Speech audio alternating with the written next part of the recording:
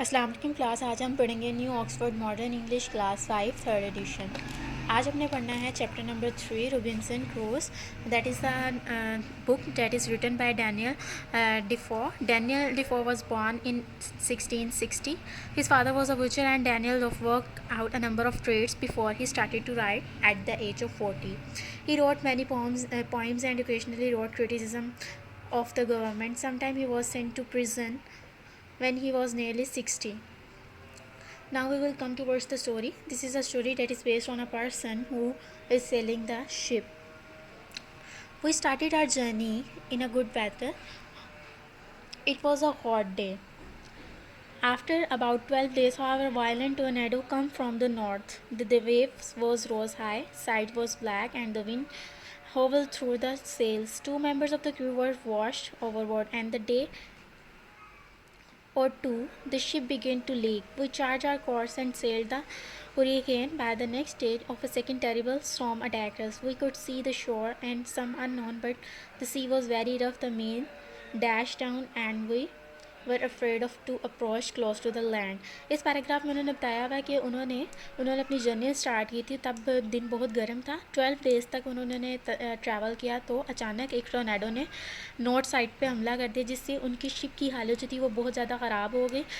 Although उन्होंने tornado को survive कर लिया, लेकिन फिर उससे कुछ दिनों बाद एक दोबारा स्टॉर्म ने शिप पे अटैक किया, जिससे शिप जो थी वो 2 पीसेस में डिवाइड हो गई। और जो इसमें मेन कैरेक्टर है वो मुश्किल ही से शॉर्ट तक पहुंचा था by swimming. After reaching the island he climbed up on the tree and made himself comfortable between the 2 great branches and he slept.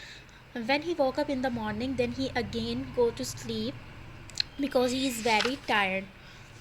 After some days फिर वो दोबारा शिप पे गया। वहाँ से उसने कुछ चीज़ें कलेक्ट की जो कि उसको आइलैंड पे सर्वाइव करने के लिए मदद कर सकती थी। अगेन वो फिर दोबारा शिप पे गया। जब वो सेकेंड टाइम शिप पे गया, वहाँ से वो लकड़ियाँ, रॉप, ब्रेड, नेल्स, शुगर, फ्लोर और गन अपने साथ ले आया ताकि वो अपने आइलैंड पे इजीली सर्वाइव कर सके, क्योंकि वो जानता था कि आइलैंड पे बीस्ट एनिमल्स वगैरह भी हैं, वाइल्ड एनिमल्स हैं, जिसकी वजह से उसको बहुत ही कॉन्शियस होकर रहना पड़ रहा था। फिर उसने कुछ दिनों बाद अपना एक घर बनाना शुरू कर दिया लकड़ियों से। फिर घर बनाने के बाद उसने पूरा आइलैंड की जर्नी की, पूरे आइलैंड पे देखा और उसको डिफरेंट किस्म की चीज़ें भी मिली, जिसमें वाइल्ड ग्रेप्स इंक्लूड हैं और डिफरेंट किस्म के खाने पीने की चीज़ें इंक्लूड थी। आफ्टर सम टाइम जब वो आइलैंड पे वॉन्डरिंग कर रहा था, ही सॉ अ शीप, और एक उसके साथ उसका एक छोटा बच्चा भी था। उसके छोटे बच्चे को अपने साथ अपने घर ले गया। फिर उसने उसको टेम कर लिया।